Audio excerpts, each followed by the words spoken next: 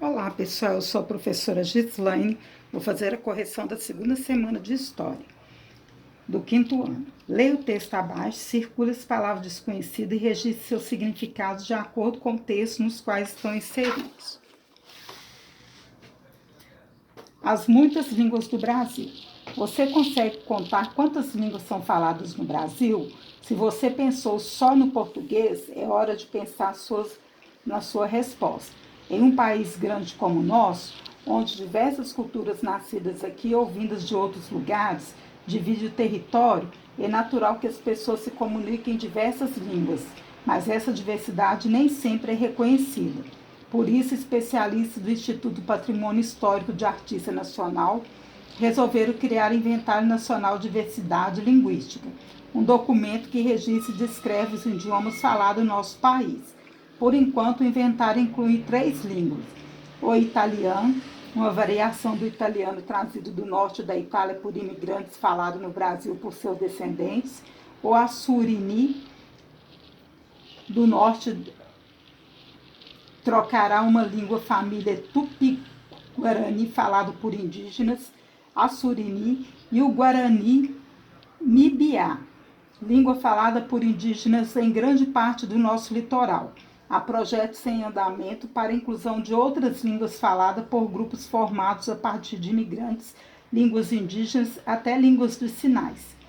Número 2. Leia o texto abaixo e sublinhe as informações mais importantes. O Censo Demográfico de 2010 indicou que os indígenas de 5 anos ou mais de idade, que eram falantes de língua pertencentes ao tronco linguístico Macro-G, corresponde a 8,15% dos indígenas falantes de língua de tronco tupi, 12%. Na localidade do domicílio, observaram-se diferentes significativos em função do percentual elevado de não falantes de nenhum tipo de língua indígena fora das terras. Contudo, as línguas do tronco tupi eram as mais faladas tanto dentro quanto fora da terra.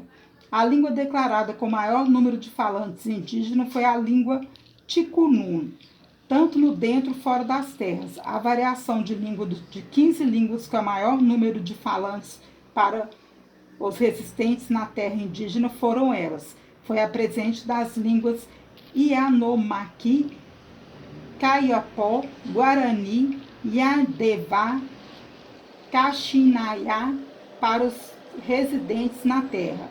Enquanto fora das terras, as declarações das línguas Guarani, Mibaí, Pataxó, Uapixaná e Baniá.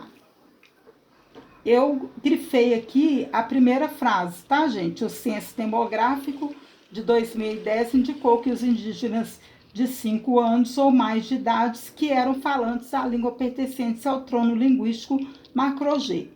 Foi essa frase que eu achei mais importante.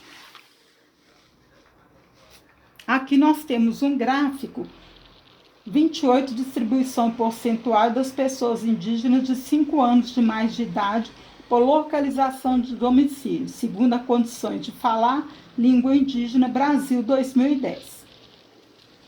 Nas terras indígenas e fora das terras indígenas. Respondo de acordo com o gráfico. Letra A. Em 2010, qual o percentual de indígenas falava a língua Macro-G em suas terras? 13,2%. Letra B. Em 2010, qual o percentual de indígenas falava a língua Macro-G fora das suas terras? 1,9%. Letra C. Qual o percentual de indígenas falava a língua Tupi em suas terras? 18,1%. Letra D. Qual o percentual de indígenas falava a língua Tupi fora de suas terras? 4,5%. Letra E.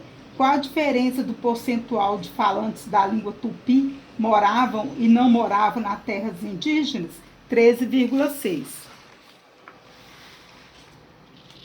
Aqui nós temos um texto falando, né? Tucandeira, o ritual da iniciação masculina no povo Sataré-Maiaré.